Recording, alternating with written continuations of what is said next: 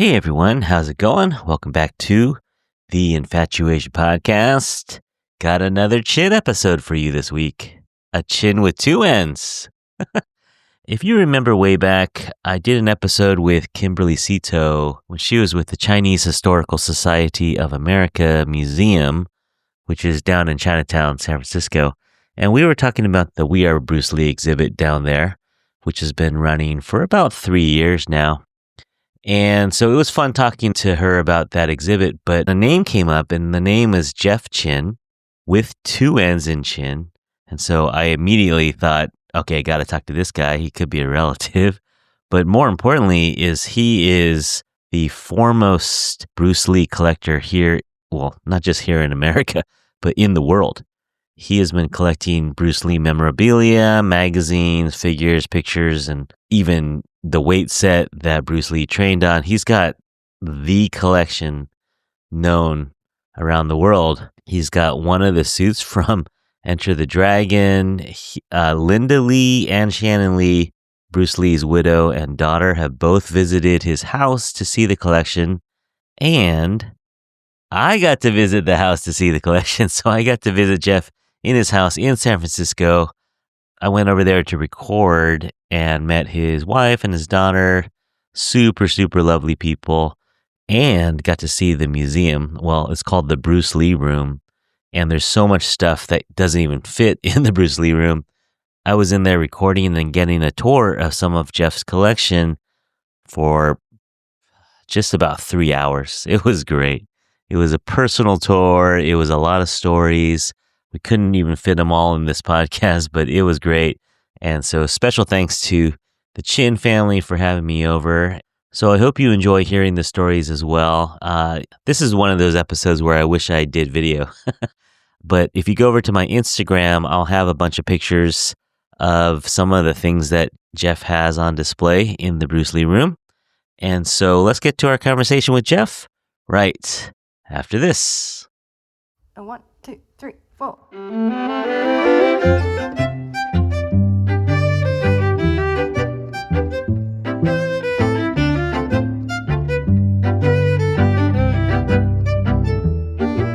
Hey everyone, welcome back to the InfatuAsian Podcast. This is a show where we aim to illuminate and elevate Asian culture and creators. Today we're in a very special place. We are in the Bruce Lee Room, as dubbed by Julie Chinn herself. And this is week 3 of Chinn for the Win, where we have everyone with the last name of Chinn, and we are with Jeff Chinn, another double N Chinn. So welcome to the show, Jeff. Well, thank you for having me. And I know this is a special Chinn month where you're interviewing quote-unquote famous Chinns. Uh-huh. But I don't want to burst your bubble at the very beginning, but I think I have to. Chinn is my paper name. Oh, okay. So does that kill the... No. So how did you find that out? Okay, I found out from my parents. I found out, a long time ago. I don't know how I found out. I don't know which of my parents told me, but it was kind of confusing because I did not know about the Chinese Exclusion Act, about paper names and such. But slowly I started to learn. So, of course, I asked my mom and dad, what's my real last name? They said it was Lo, which could be anything. Could be Loo, Lew, Lo, whatever. But it is not Chinn. But so is it Toisan? Would it be from Toisan region? Yeah. I'm, my parents speak Toisanese. Of course, I speak Toisanese. And I guess I'm in that rare group where I actually married someone who they all speak Toisanese. So It makes it very much better. Well, you know what? I'm not too scared. I think the fact that we're both Chinns now, whether it's real or not, I think there's a bond, especially a double N Chinn. There's not a lot of us. Yeah, I mean, out of curiosity, I checked all my Facebook friends, and I have 2,000 something, and no Chinn with two N's besides family members. Okay. Yeah, there's not a ton. All right, well, let's get into this a little bit. So, are you born and raised in San Francisco? Yes, I was actually born in the same hospital that Bruce Lee was born in, Chinese hospital on Jackson Street. Chinatown, yeah. But when I was growing up in the 1960s, I became quite ashamed of my Chinese heritage because of what I saw in movies, TV shows, commercials, comic books, etc. So it did not make me feel good about being Chinese. So I never shared to any of my friends that I was born in Chinatown, just the fact that I was born in San Francisco. Fast forward to 1973, when my father took me and my brother to watch our very first Bruce Lee movie, Fists of Fury. After we saw the movie, it was like life-changing. Yeah. Because we saw this guy on the screen that was Chinese-American, that was beating up all the bad guys. And everyone in the audience, whether they be white, black, Hispanic, Chinese, whatever, were all cheering him. Yeah. And of course, that was like a shock to my system in a very, very positive and inspiring way. Yeah. When we got home, my mom overheard me, my brother, and my dad talking and said, "Jeff, can you please come to the kitchen?" So she sat me down and said, "Jeff, I'm going to tell you something very special." She said, "Did you know that you and Bruce Lee were born in the same hospital?" So I literally fell out of my chair, got back up, and I said, "Wait till I go back to school now." And not just tell my friends, but brag to every single one of them that I was indeed born in San Francisco, Chinatown, in the same hospital as Bruce Lee. That's so cool. Yeah. Because I'm sharing about my childhood, I need to share my most memorable moment from the 6th grade. Fist of Fury came out on a Friday. My dad took me to see the movie Saturday. When I go back to school on Monday, all my non-Chinese friends look at the Chinese differently. So I said, what's going on here? This is quite unusual. I didn't find out until it was time to play kickball. I'm sure many of us played kickball when we were younger. It's kind of a no-brainer that all the Asians or Chinese were generally picked last in terms of picking the kickball teams. However, the two Caucasian team captains were whispering, and they said, "Jeff, come here." I said, "What do you guys want?" They said, "We just saw that movie, Fist of Fury, and we saw that man named Bruce Lee kick someone right through the wall. Can you Chinese actually do that?" So I remember I stood there for like 3 whole seconds and said, Of course. So sometimes we know perception is more powerful than reality, but it felt good just for the simple fact of being recognized. Yeah. Because when I'm trying to share in a nutshell, that Friday, the Asians were basically invisible. And overnight, on Monday, they became popular thanks to one man and one movie. Yeah. No, you said it was kind of life-changing. I mean, I'm sitting in the Bruce Lee room. It's definitely life-changing for you. Yeah.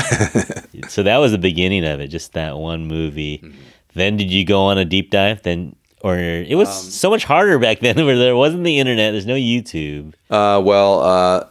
To be honest, I actually started collecting the year before in 1972 because, of course, the Bruce Lee movies had been shown in San Francisco, Chinatown. Yeah. My friends had said, "Oh, Jeff, you need to tell your dad to take you to a Bruce Lee movie." And even though I had seen The Green Hornet, I saw Kato. Yeah. I never thought of him as Bruce Lee. I just thought of him as Kato. So I can't lie and said I became a fan of Bruce Lee then. My friends that came over actually brought over a very special magazine, which happened to be my very first, which is over there. That was the one that started it all. Yeah. So we made a trade, and that became my official first Bruce Lee memorabilia that started my collection. And of course, it started out before seeing a Bruce Lee movie. Even seeing a movie. So it started with just seeing someone that had a connection to you, but someone that was really just something charismatic, someone that you'd never, like America had never seen anyone like that before. What, besides just the moves, what else was it about Bruce Lee that really drew you in? I guess the main thing as Asian American was that here's this guy kicking butt on screen, and that guy happened to look like me. Yeah. So I think before then, it was usually stereotypes, negative stereotypes. Caucasian people playing Asian people. Right. So I'm guessing that for viewers of those movies who are of Asian descent, probably kind of cower when they walk out of the theater, saying, "Oh, I hope no one sees me." But after seeing Fist of Fury, I mean, I felt like 10 feet tall. So walking out with your shoulders back. Yes. We were in this theater packed with people of all different nationalities, white, black, Hispanic, Chinese, whatever. We were all cheering, clapping for this guy that was on the screen. Yeah. Nowadays, when you go to a multiplex, nobody even claps. Yeah. I mean, nobody even makes a sound. Yeah. But I think the fact that about half the audience was African American, that really made the experience even more special. I asked some of my African American friends, I go, is it common for black people to talk at the screen during the movie very loud? And they said yes. Yeah. I mean, I think the most memorable line that a black person said while we were watching the movie was the scene where Bruce Lee was fighting Chuck Norris. And this black guy stood up and said, "Wow, Bruce is mad now. He gonna kill that dude." And the whole audience started laughing. Yeah, started laughing. That's great. That's great. Yeah, and I think another thing that we should mention, I think you have some official costumes, and they fit you well, right? So you're about the same size as Bruce Lee?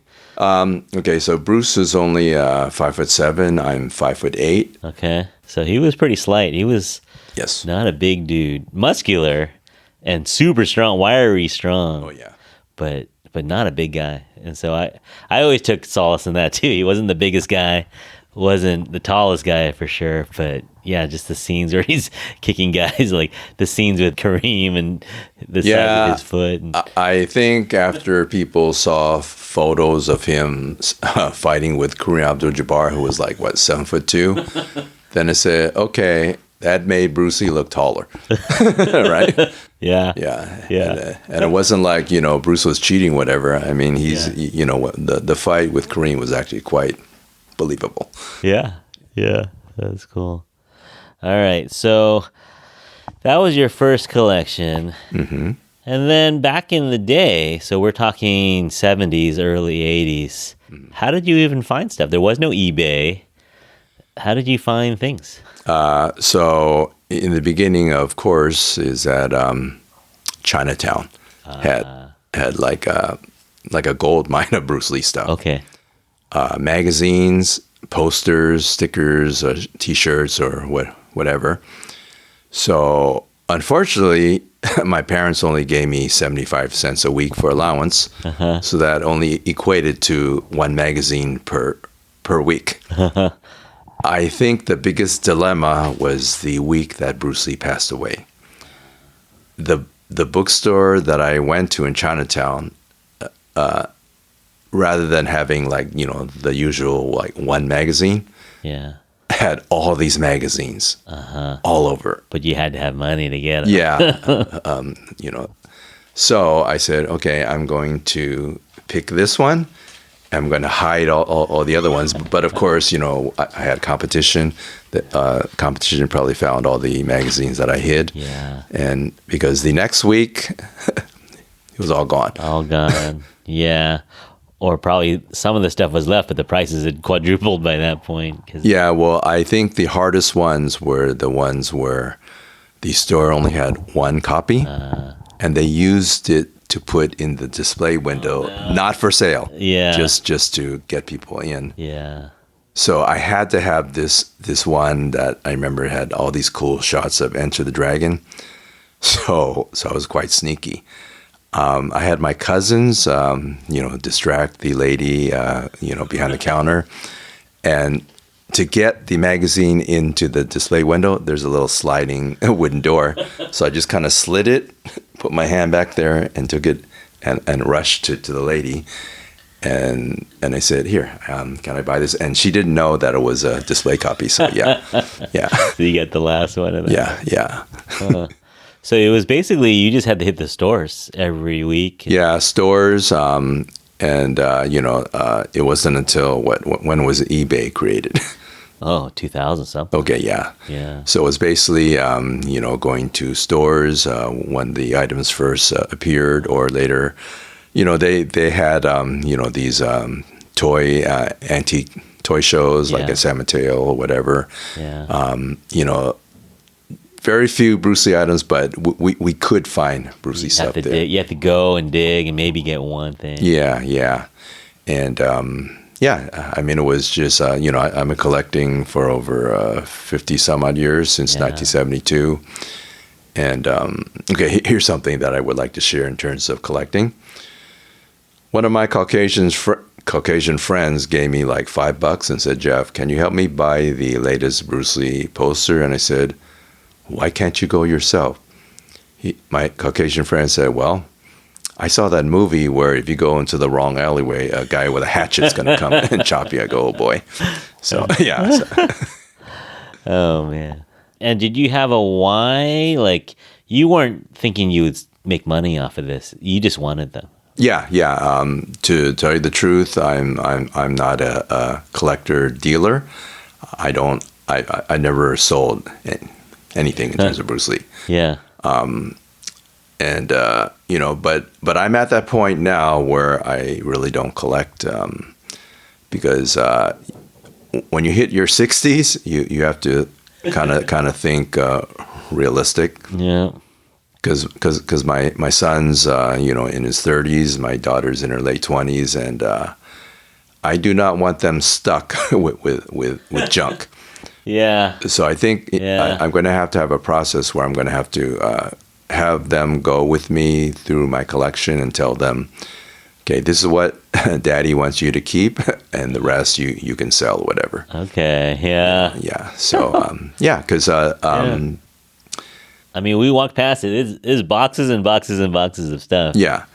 And people come to you all the time, like museums, and like we're in San Francisco, and so of course the Chinese Historical Society of America has the We Are Bruce Lee exhibit with a bunch of your stuff, which you're there every weekend. We'll talk about that later at the end about how people can meet you if they want to.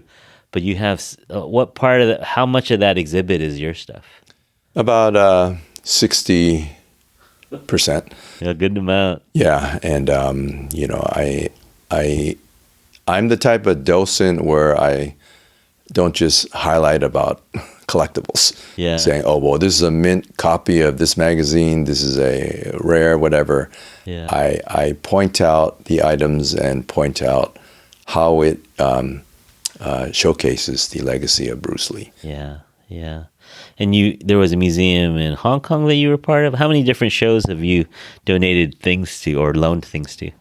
Okay, so let's see. So the very first museum, all right, let's start out by the Enter the Dragon suit that I owned. Julie and I had a big problem. Every person that came by wanted to see the suit. Sure. They wanted to touch the suit, and then I guess the final straw is that someone picked it up and tried to smell it. And I go, okay. Yeah, this is about preservation. Yeah. I got so turned off that I said to Julie, I'm just going to put it in this acid-free box and said, and not show anyone because So I had it in an acid-free box for a year. I got a call from Warner Brothers Studios in 1997. They called me and said, Jeff, we heard you have the Enter the Dragon suit. And I go, yes. They said, we would like to borrow it for our studio museum, honoring some of the heroes of Warner Brothers. So, of course, they gave my wife and I a tour of the studio museum, and the place was like perfect. I said, this way I can share the suit and it will be safe. Yeah. Guess how long I loaned the suit to Warner Brothers? I'm guessing a long time? Yes, 15 years. Oh, wow. So some people say, well, Jeff, don't you miss the suit? I said, well, I wore it twice. And you like sharing it. Yeah, right? yeah. So some of the fringe benefits of doing that is that my family and I got VIP treatment every summer that we went to Warner Brothers Studios. The usual Warner Brothers studio tour would be on this tour bus. Every year, they would lend a golf cart, which only fits 4 people, for me, my wife, son, and daughter. So it's quite bizarre. Here we are putt-putting in this Warner Brothers cart, and here's the official tour bus. People taking photos of Who's us. that? Saying, Who is that? Who is that Asian family? So here's a funny incident during one of the summers there. We were driving, and then we saw these guys playing basketball. And I looked, and I said, "Looks like that short guy is Matt Damon." And then the tall guy guarding him was Brad Pitt. Oh, wow. They were filming Ocean's 11. Yeah. Yeah. That's pretty cool. Yeah, so. Yeah, and so you're putting around on the golf cart? Yeah. That's definitely a benefit. So when did you meet Shannon Lee? Shannon Lee, Bruce Lee's daughter, lives Bay Area. Mm-hmm. When did you meet her? So I met Shannon during the Bruce Lee auction in 1993. Oh.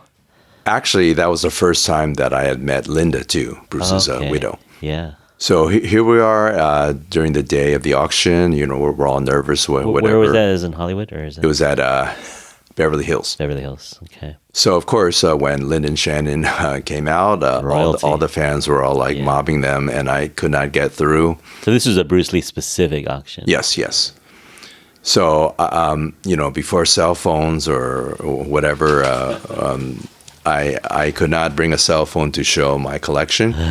So I borrowed a fisheye lens, and I took a very special photo of my Bruce Lee room that made it kind of look like a football field. Yeah. I blew it up to 11 by 14, and that's the photo that I took to the auction. Yeah. When I couldn't get through to Shannon and Linda, I kind of held the photo up like this. Uh-huh. And then Shannon saw it, and then kind of had the guard usher me through. Who's that dude? Oh, okay. So I proudly showed my photo to Linda and Shannon, and they said, "Wow, this is a beautiful collection. Where are you from?" I said, "From San Francisco." And of course, being a Bruce Lee fan, I just said something blurted out of my mouth. Uh-huh. I said, "If you are ever in San Francisco, you're more than welcome to come to visit my Bruce Lee museum." So guess what?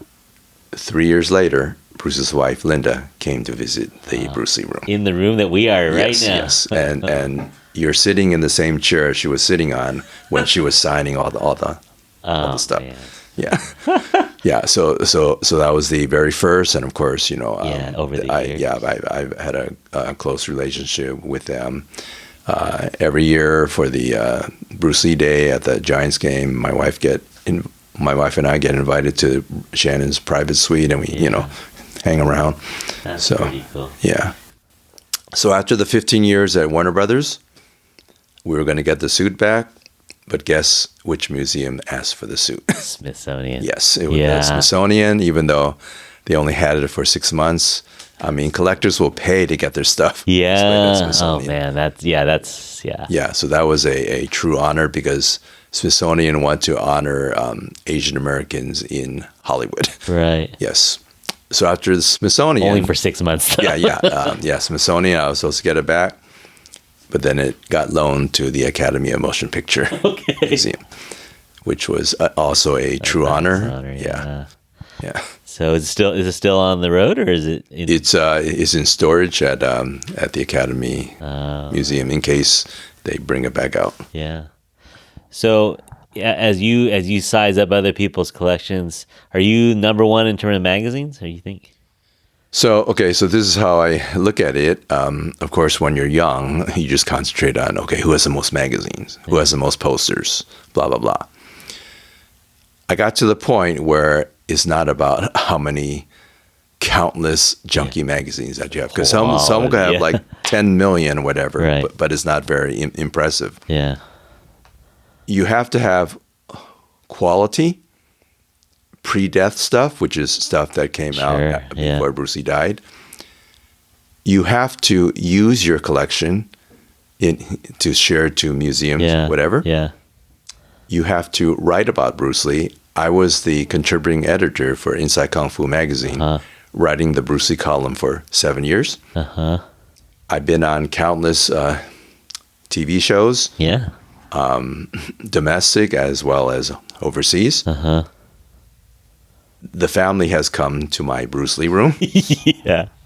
Actually, a lot of people that come said, well, how many Bruce Lee rooms has Linda visited? I go, That you know of. yeah, Right here. So it's the balance of all these things that make you not, I don't say biggest collector. I consider myself the world's foremost collector of Bruce Lee memorabilia. Yeah. Yes. And you've had, I've heard hundreds of people through here. Yes. And how, like from all over the world, like people come in from. Yes. Yeah. I guess you don't have an end game, I guess, because you were talking about your kids taking over someday with this, but has anybody talked to you about maybe setting up something permanently or loaning it permanently? You mean like permanently loaning part of my collection to a to museum? have it displayed. I mean, that's a thought, because I'm currently loaning to the We Are Bruce Lee exhibition. Right now it's stated for 5 years, but I'm going to try to extend it much longer. We'll see. Yeah. And I mean, it's in my heart is about teaching about Chinese American history through Bruce Lee. Right. When I went to it, that's what I took away was that, he's a human and that he had feelings and that this era, that such an important era to make a statement like he did. And I'm a little younger than you, so I grew up I was born in the 70s. Okay. So he was already, by the time, I was born in 71. So by the time I was aware of him, he was already gone. Right. And so I didn't know all the struggle and I didn't know all of his philosophy stuff. You just watch the movies. You don't hear about the philosophy stuff that he had and the training. And so the exhibit was great for just filling in those pieces for me. Yeah, thank you. Yeah. Fun fact, too, my mom born in Chinese hospital in 1940. Okay. So I thought that was pretty cool. Different month, not November. Wow. But. So it was like in the middle of the year? July. July. July Okay. 12th, yeah. Wow. So they're pretty close. Yeah. So you have something to kind of brag about then? A little bit, yeah. And, Shannon and I are 2 years apart. We're pretty close in age. Okay. So I thought there's a little bit of a connection there. And the San Francisco connection is kind of interesting because it was so short. It's like 3 months at first. And then he went to Hong Kong and then up to Seattle. Well, no, you skipped the 3 months that he lived in San Francisco when he came back in 1959. Oh, okay. So he was born in 40. Okay. Then goes, help me fill it in here. Yeah, goes to Hong Kong, raised there. Okay. Because of the Chinese Exclusion Act, Bruce's parents were told to sign a document in case Bruce Lee wants to keep his U.S. citizenship. The document basically states that Bruce Lee needs to come back to live in the United States by the age of 18. Okay. If he comes after the age of 18, he will lose that important citizenship. Yeah. Which is why Bruce Lee did come at the age of 18. But because of the trouble that he caused. Okay, so this is the biggest thing that he did that kind of made him into trouble is that he would challenge a lot of the kung fu schools. Okay. That's not proper etiquette. Okay. But remember, we're talking about Bruce Lee. He was basically trying to steal techniques from other schools. So it got to the point where they would lock the door if they knew Bruce Lee was coming. So when his father in Hong Kong found out about BruceLee causing trouble here, his father was then forced to send him to Seattle. So after 3 months in San Francisco, he had to go to Seattle. Okay. So after, of course, Seattle, then he went back to the Bay Area, lived in Oakland, California for around 2.5 years. Okay. And then someone showed me, I think Max Leung showed me the apartment that he lived in San Francisco. Now, that was the one where his parents lived, or was that the one where he was 18? Okay, so there's the apartment at 654 Jackson Street. That's where he lived with his godfather. Okay. And the godfather was a close friend of Bruce's father because both were in Chinese opera. Okay. So he had promised to help take care of Bruce. But Okay. That's Jackson. That's above. What restaurant is that above? It's right next to the, it was called the Jackson cafe. But now it's called the Bund restaurant. Okay. Yeah. So I actually have a photo of Bruce Lee at that apartment. Really? For decades. I had the photo. He was standing on a rooftop. And it's a Chinatown rooftop because it's all in a certain shape or whatever. Yeah. The longest time, I could not figure what rooftop he was exactly at. Rooftop, yeah. So after talking to so many people doing research, we found out it was at the back of the apartment building on Jackson Street. Facing the other way. Because in the background, you could see the back of the Ping Yun. Yeah. Yeah. So famous housing complex there. Yeah. Yeah. Okay. Little sleuthing. Yeah. Actually, the photo is right here. Oh, yeah. There it is. Yeah. That's cool. Yeah, the rooftops in Chinatown are cool because you get a view behind it.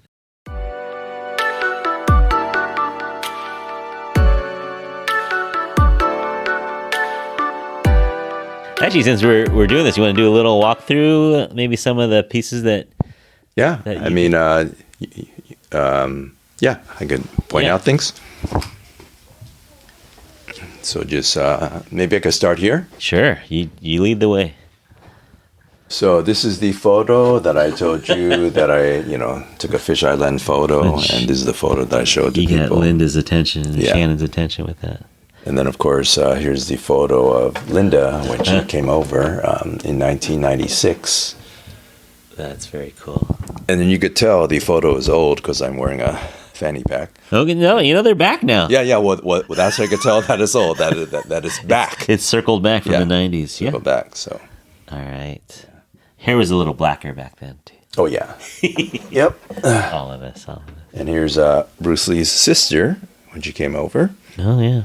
And that's Bruce's top student from Seattle, Taki Kimura, and that's George Lee.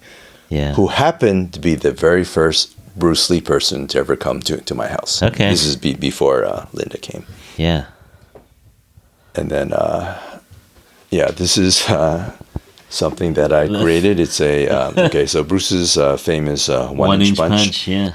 So I took all these martial arts figures and I have them kind of like, flying back like dominoes. Chuck Norris in front there. Yeah, of course, And of course, they have to do with martial arts. So, of course, I have Kung Fu Panda here. Kung Fu Panda. I have a Power Ranger. I have a Karate SpongeBob. I have a Ninja Turtle. I have a Karate Jack in the Box, etc. They're all feeling it. And then this is a shot of me wearing the suit. Yeah. It fits you well. Yeah. Thank you. Okay, here's something that I always like to share. So when the first Bruce Lee movie came out, Fist of Fury, of course, I was at that impressionable age where I said, "Oh, I want to look like Bruce Lee." Yeah. So of course, he had all these muscles. Do you know what particular muscle that he liked to flash before he did those lats in the Way of the Dragon? Don't know. It was his forearms. Yeah. Okay. Yeah. Forearm shot. Yeah. Here's a good example of this. I had seen this article here where they show most bodybuilders will focus on the bicep. Right. Bruce Lee liked to focus on his forearms. With the striations. Yes. Yeah. So me... He had almost zero body fat. Oh, yeah. Yeah. So for me, I started to work out when I was in the 8th grade. I actually, focus on the forearms. Yeah. So my first device that I ever got were those hand grips. Grippers, yeah. Hand grips. Yeah. And then, of course, my second one is I took a dumbbell, and put weights on only one end, so you could do like this. Yeah. All right. When I was in high school, I read an article about Bruce Lee when I was a junior in high school. In that article, he said that he wanted to be the fittest 50-year-old in the entire world. So, of course, he had passed away. Yeah. So me, being in high school, I said, I'm going to honor Bruce Lee in that way. So So of course, when I hit my 50s, I said, okay, I'm doing a pretty good job.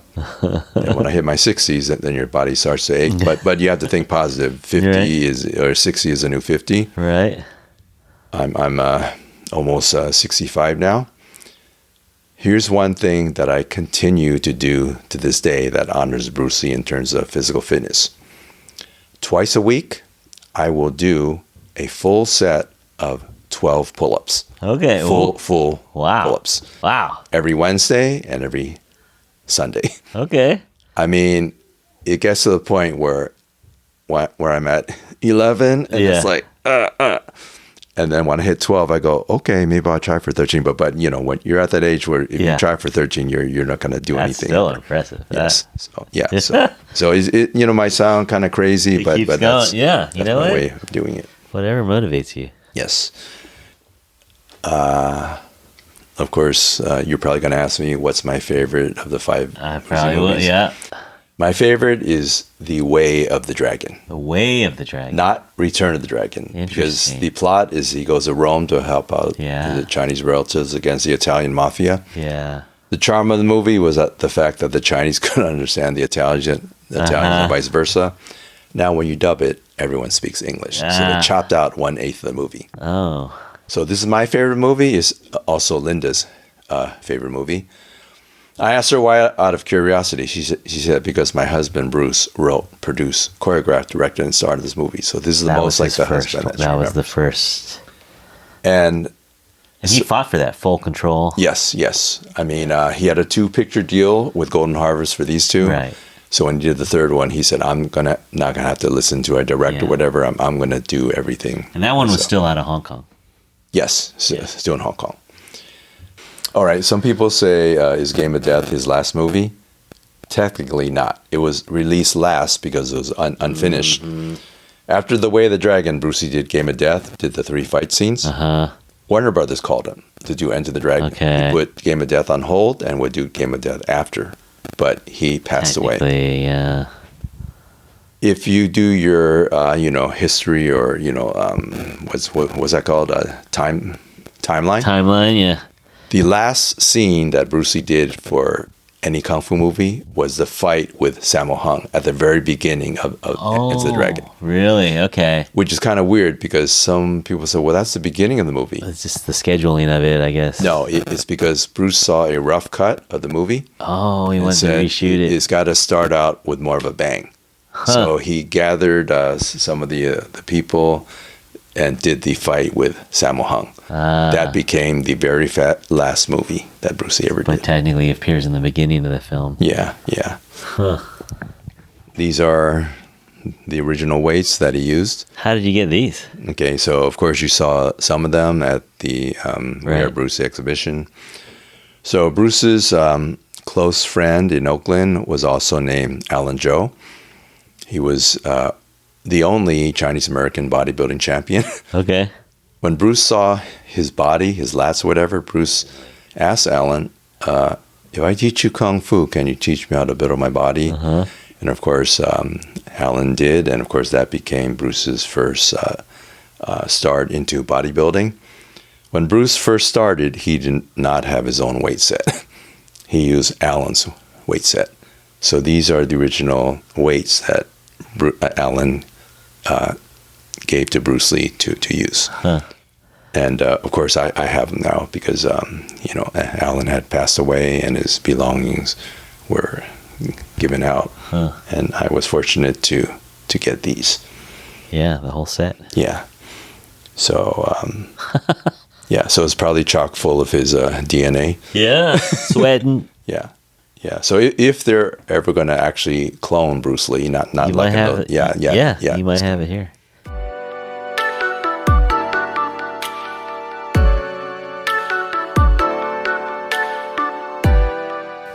All right, let's do a little quick wrap up. Thank you for your time, by the way.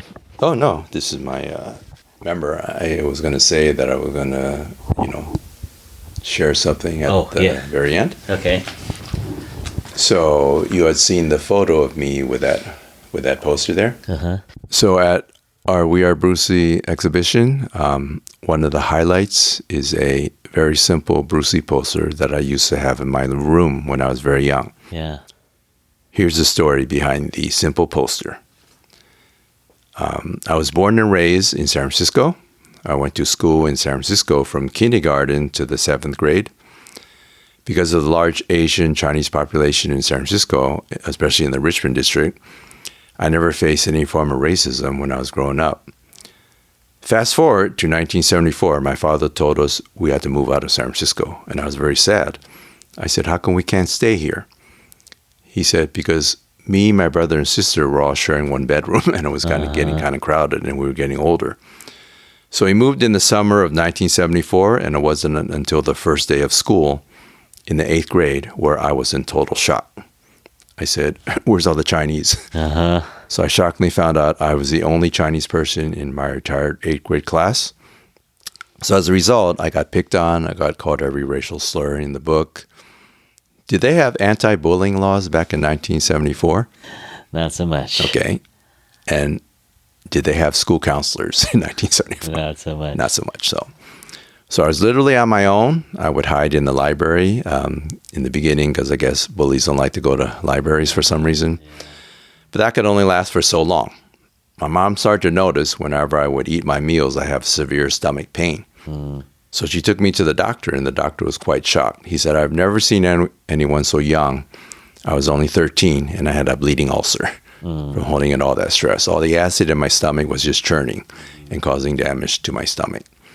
So I had to go on a very strict diet for 1 year. Everything I ate was very plain, and before each meal, I had to coat my stomach with this really nasty liquid that literally made everything tasteless. So one day, I was in my bedroom, and I looked at that poster that was right above my bed. And I was crying, and almost like Bruce Lee was speaking to me, saying, it's okay, Jeff, because I, Bruce Lee, am Chinese American. I, Bruce Lee, I probably faced more racism than you have. And I, Bruce Lee, want you to be proud of your Chinese heritage. So I looked at the poster. I said, listen, Bruce, this is probably the darkest period of my young life, and I'm really going to need your help.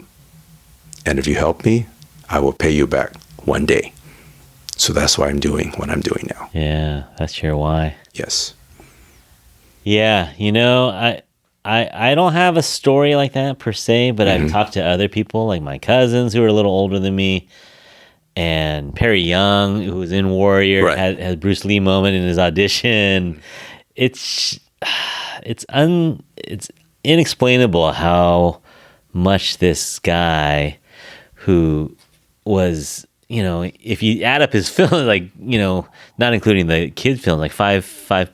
Yeah. I mean, that he's really known for. The star, and it's such a short life, but for 50 years of your life and 50 years of a lot of people's lives has just been the guiding light in a way. Yeah, because some, as a Christian, of course, I don't worship Bruce Lee, whatever. Yeah. As we know, sometimes God works in mysterious ways. I have no idea why he placed Bruce Lee into my life. But I use it almost like kind of like a form of witnessing. Yeah. Trying to talk to so many different people, share my life story, and then get to hear their story. Yeah. And then, sometimes it just starts with a simple dialogue. Yeah. And I think what is special about our exhibit is we emphasize under the sky, one family. One family. Yeah. Yeah. Well, I think that's a good note to end on. I think what you're doing is important, not just to you. Like, this, right? You share it with the world. Right. And that's really cool. So everyone out there can go see you on Saturday and Sunday? No, it's every Wednesday and every Saturday, because I help to take care of my 92-year-old mom and dad who are still alive 3 days a week. And of course, I have my grandson that I help, Julie, and we're watching him. Yeah. So, of course, it's very stressful. So Sure. my wife really understands and supports me that I need to have something that I look forward to. Yeah. Yeah. So Wednesday and Saturday. Yes. Do they have to make arrangements or? I think it's best to, call the museum prior to coming on a Wednesday or Saturday Saturday to make sure that I'm there because, sometimes things may pop up that I won't be able to make it on that particular day. So is it about an hour? How long you take people? Yeah, it's about an hour tour. And then what's kind of neat is that at the end, we all get to do a group shot, do a Bruce Lee pose and whatever, because something kind of fun. Yeah. And I really, since I started giving tours, that I really refined it. That, of course, I include a kung fu demonstration. I break a board to demonstrate the famous 1-inch punch. And, of course, always end the tour by sharing my personal story. Yeah. And, and of course, I'm meeting so many people that are actually learning from them, too. Because they'll open up and they'll share about their experiences. Yeah. So, so I think that's very neat. Yeah. And, so it's something that's, I'm going to do as long as I can. Okay. And it's all, of course, on a volunteer basis. Yeah. But it's almost like, even though I don't get paid, it's almost like a dream job because I get to talk about Bruce Lee. Yeah. No, it's great. Yeah. It's great. And some of my favorite stuff, and I guess this probably came from Linda or Shannon, is his handwritten stuff. Okay. Beautiful handwriting. I mean, it's almost like I wouldn't say like it's like calligraphy. It's not quite, but it's just beautiful cursive. Well, this is how beautiful it is because I give tours to elementary school kids who, of course, cannot read cursive, but at least many of them agree that Bruce Lee did have very beautiful handwriting. And the message is cool. So that was some of my favorite stuff. Yeah. All right. Well, everyone out there, go check out the exhibit. We are Bruce Lee. What's the official slogan? We are Bruce Lee. Under the sky, one family. All right. Over at the Chinese Historical Society of America on Clay Street? Yes. It's at 865 Clay Street. It's okay. We can look it up. Yeah. But a beautiful historical building, the YWCA, Julia Morgan Building. Yes. Built in 1932 by famous architect Julia Morgan. Yeah. And we actually get visitors that just want to check out the building. Yeah. No, you should. It's a great building. May or may not be haunted. We don't know for sure. Well, since you mentioned that, when I was, doing work on the exhibition, they took me to the very top of CHSA, and they had this room up there that kind of looked like from the medieval times.